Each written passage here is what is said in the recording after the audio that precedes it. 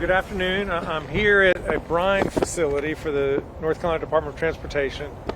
These guys have been working for about a week and a half, almost nonstop. I just talked to a couple of the crew, 91 hours, 101 hours in the last week, and they are ready to go again because we're going to have weather this weekend. We'll have a fuller briefing tomorrow on the weather, but it looks like it's going to be snow, not ice this time. That's a good thing. But it's still going to have real impacts on our lives. So if you can stay home Friday night and bundle up, we recommend you doing it. These guys need to be on the roads, plowing, preparing before the storm with brine, then applying salt and sand to deal with it. And if you can stay off the roads, you're going to make their jobs a whole lot easier, a whole lot safer. And you will be safe as well. So we really encourage folks to stay home starting Friday night. Happy to take any questions. What did you hear from the crews that you spoke to today that surprised you most? Not that it surprised me because I know how dedicated state employees are, but these guys are dedicated. They are working their tails off. 90 hours last week, 100 hours last week, and they're ready to saddle up and do it again because they know that the state needs our road system. And they're the ones who are going to keep those roads safe and keep people. We don't believe we had any traffic fatalities last week because of the storm. In a state of 11 million people, that is remarkable. And it's a testament to their hard work to clear the roads. It's a testament to the Highway Patrol making sure that the roads were clear of abandoned vehicles and being on the roads. Testament to the National Guard. I saw a great video of them getting trucks out of the median. These folks care deeply about their work and making sure that people are safe. And then finally, it's a testament to people staying home. And we're lucky that this is going to hit us on the weekend, so there will be less traffic.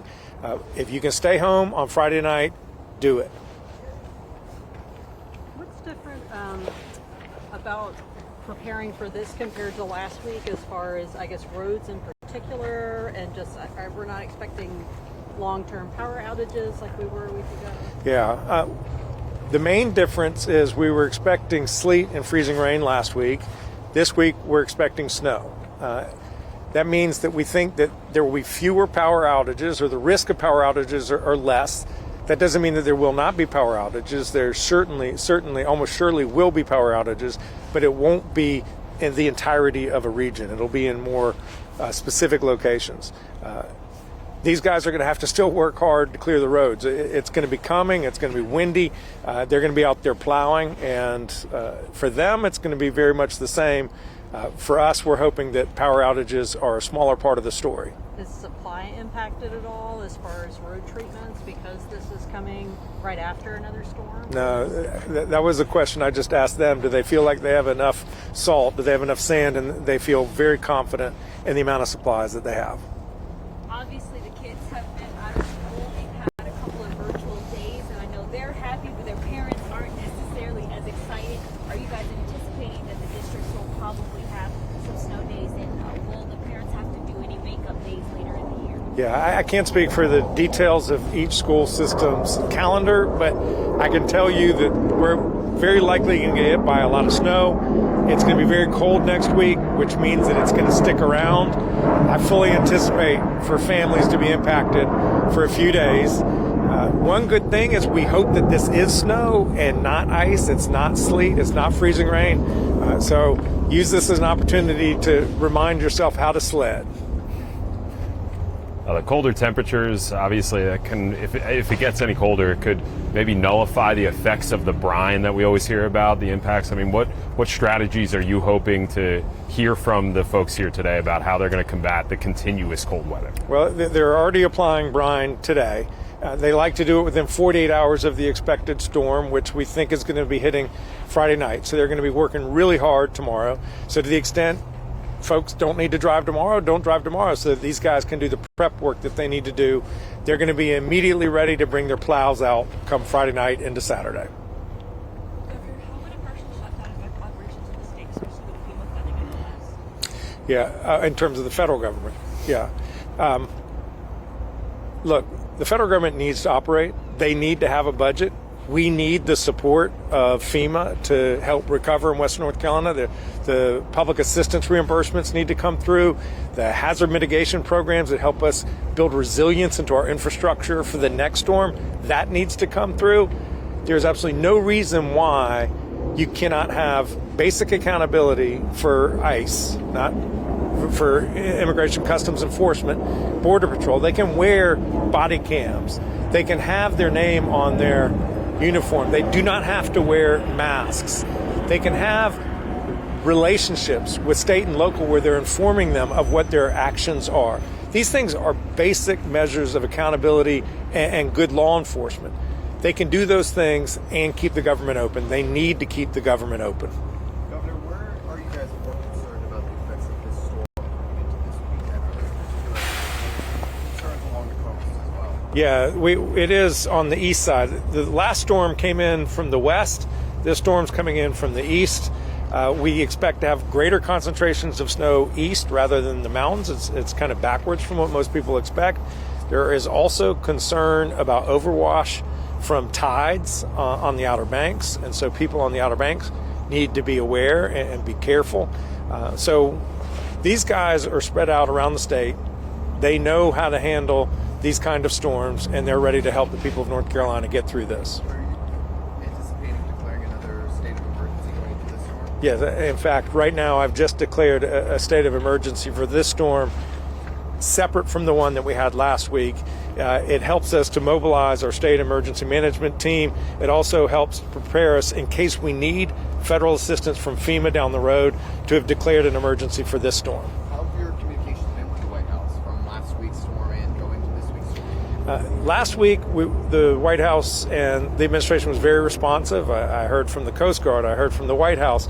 They wanted to make sure that we had what we needed. I asked the president for a declaration of a storm declaration, and they granted it within a day. Very responsive. So I was pleased with that, and we hope that whatever needs we have of the federal government with this storm, they're equally as responsive. One of the other questions you were asking down there in front of the Brian was about the capabilities for the state to allocate resources kind of locally as well. That was some of the concerns we heard from people out and about over the weekend. Just a lot of the major highways, NCDOT did a great job clearing, but a lot of the local side roads that people were in front of their homes, they were still covered Sunday going into Monday. What message do you have to North Carolinians that they can safely get out and about after the storm on their local roads in their towns and cities across the state? Well, these guys have to prioritize the interstates first, and then the major state roads second, and then they can get into the secondary roads later. And we wish after a big storm that it could be within 24 hours. That's just not the way the world works. So we ask people to be patient, to understand that it's better to not be on the roads if you possibly cannot be. If you have to be on the roads, give a lot of distance to the car in front of you. Go slower. We want people to be safe. We want them to get through, and we want them to get back to their normal life as quickly as they possibly can, but we have to be reasonable as well.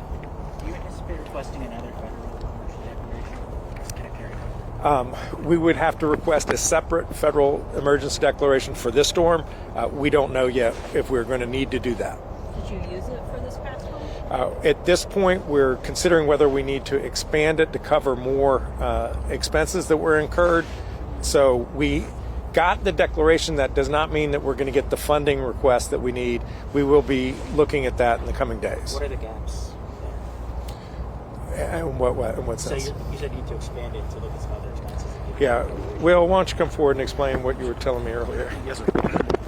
So the declaration that we received last week for that event was in the federal terms it was not a major disaster declaration. It was an emergency declaration. And what that did, based on the governor's request, was give us access to federal resources if we would need them for that event. What the governor mentioned is we are going to look at, like some of the other states that were impacted by that significant ice event have done recently, do we need to take a look at an expansion of that request to potentially be able to support state and local governments that expended a significant amount of cost in the response phase? I think we're going to take a look at that over the next couple of days, and again, may have some movement there.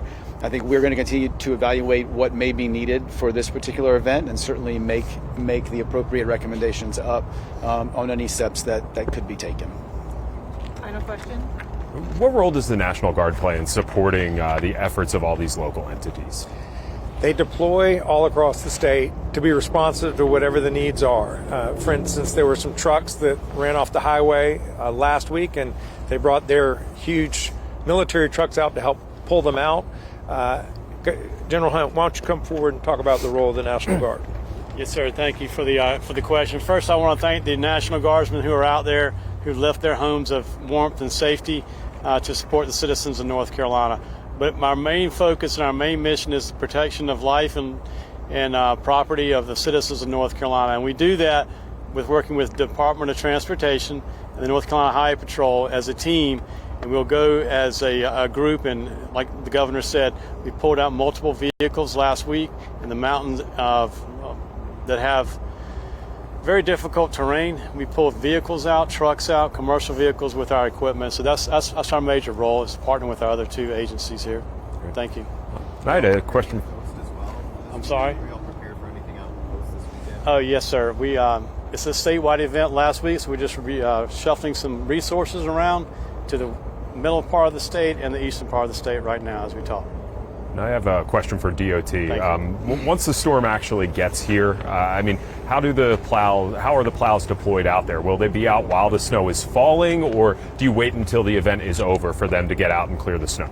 We'll start responding throughout the storm, kind of assessing, where the hot spots are and where we need to deploy resources. But we won't wait until all the snowflakes have fallen before we start responding to the storm. Thank you. My final comment is just, as folks out there are seeing these crews out there working hard, when they see law enforcement out in the community, when they see the National Guard deployed, just say words of thanks, because if we're lucky, we're at home where it's warm.